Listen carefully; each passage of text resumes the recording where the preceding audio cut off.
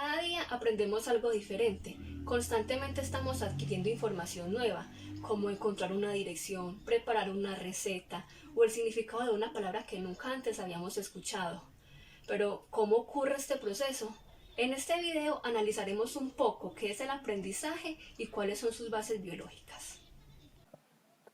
Vamos a tomar los aportes del Dr. Dale Shuck, quien define al aprendizaje como un cambio perdurable en la conducta o en la capacidad de comportarse de cierta manera, el cual es el resultado de la práctica o de otras formas de experiencia. Para el autor, el aprendizaje implica un cambio, que además perdura en el tiempo y que ocurre por medio de la experiencia. Desde un enfoque eminentemente biológico se puede decir que la estructura cerebral, el sistema nervioso central y el sistema nervioso periférico, conformado por los nervios craneales, vinculados con el encéfalo, los nervios raquídeos y la médula espinal, son los principales protagonistas del conocimiento humano. El cerebro actúa como estación receptora de estímulos que se encarga de seleccionar, priorizar, procesar la información, registrar, emitir respuestas motoras y consolidar capacidades. Y con los millones de neuronas que lo componen a través de la sinapsis, permiten que el cerebro aprenda segundo tras segundo. Podemos observar que la corteza cerebral se organiza en varios segmentos: lóbulo frontal, parietal, occipital y temporal, cada uno con funciones específicas, como la integración de formas sensitivas, auditivas, áreas del lenguaje, del gusto y la coordinación, entre otras. También es importante destacar las funciones del sistema límbico.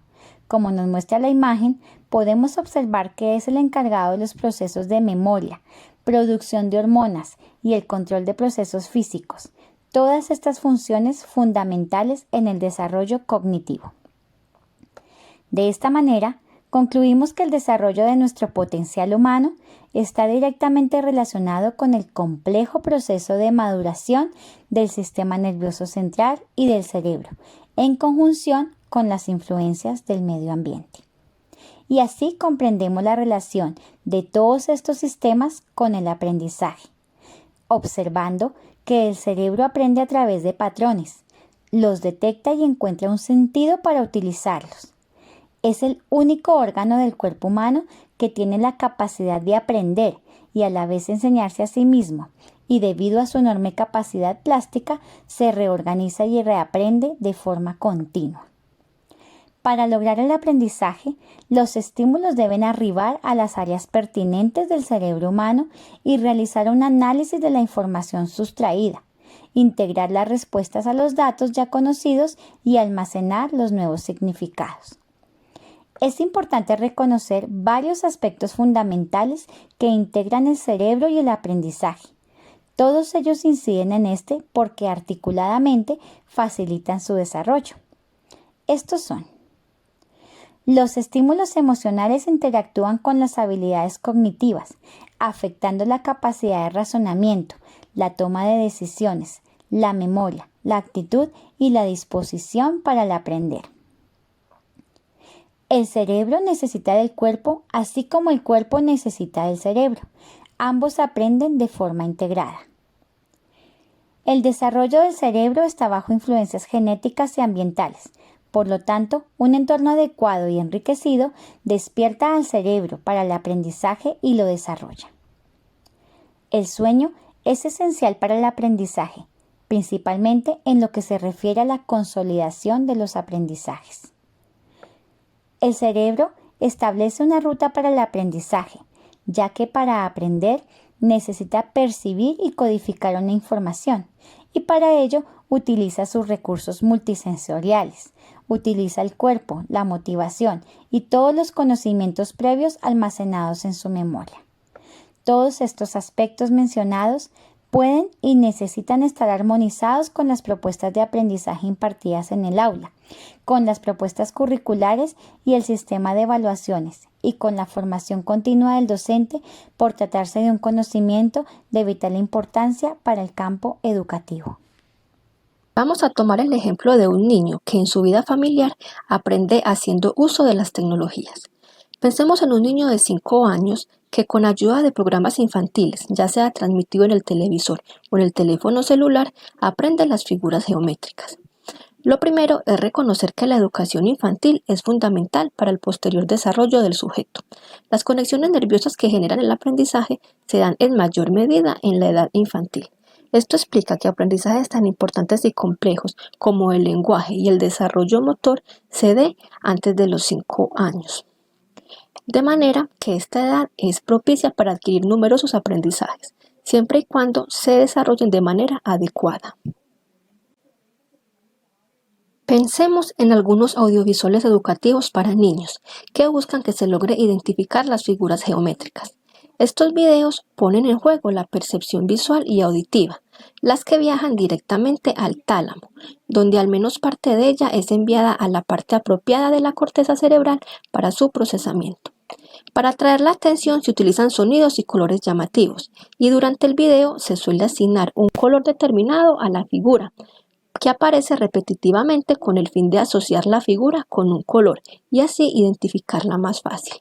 En este proceso de prestar atención se involucra la formación reticular, que discrimina en qué fijar la atención de entre todos los estímulos externos que llegan al cerebro. Los factores utilizados en estos audiovisuales para alcanzar la atención son la intensidad y el movimiento.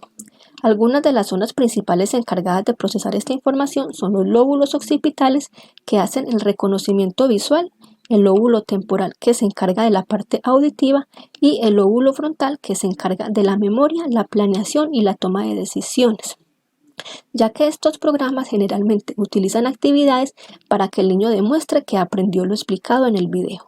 Por ejemplo, relacionar la figura con un objeto cotidiano, como asociar un círculo con una rueda o un rectángulo con una puerta.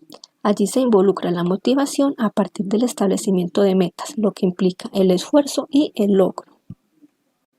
La ventaja de estos videos educativos consiste en que logran captar la atención. Las exhibiciones visuales ayudan a fomentar la atención, el aprendizaje y la retención. Sin embargo, encontramos desventajas, como lo señala Dale Chung. Aunque los niños pequeños pueden aprender de estos medios, no lo hacen con mucha facilidad. Su comprensión y aprendizaje aumentan cuando los padres los ven junto a ellos y les ofrecen descripciones y explicación. La televisión y las películas son malos sustitutos, pues si bien proporcionan color y movimiento, son bidimensionales. El aprendizaje en un contexto social depende de la autorregulación de los estudiantes, tanto en sus conductas socialmente aprobadas. Según Henderson, el significado de las acciones depende del contexto y de las herramientas, el lenguaje, los signos y los símbolos que utilizan para describirlas. Los niños hacen la transmisión de las conductas reguladas por otras conductas reguladas, a lo que llamamos la autorregulación a través de la interacción con adultos en la zona del desarrollo. Las ventajas es que nos proporciona un marco útil para comprender el desarrollo y la función de la autorregulación del aura entre la perspectiva que implica la transición de responder las órdenes, y las desventajas es que nos permite ir al desarrollo de las actividades para las personas que llegan a controlar de una manera liberada las acciones. ¿Cómo se da el aprendizaje en un contexto educativo? Para ello tomamos 2 grupos de estudiantes de un colegio en donde se desarrollaron actividades en un ambiente habitual, dando guías de trabajo. En una alta temperatura por la cantidad de estudiantes, se presentó una evaluación final en donde se evidenciaron dudas en la prueba.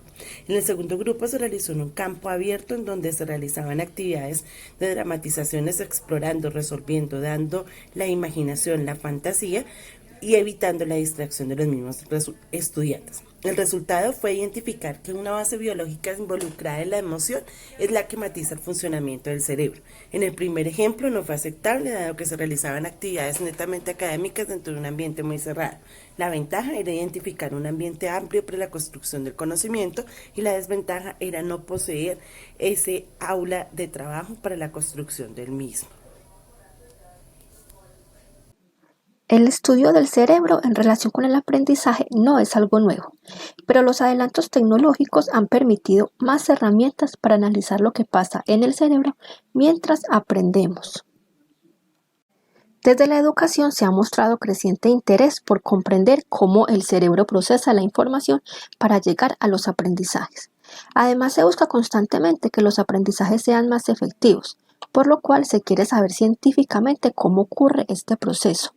Y el desafío consiste en que los maestros accedamos a estas investigaciones y las utilicemos para dirigir con mejores criterios el proceso de aprendizaje.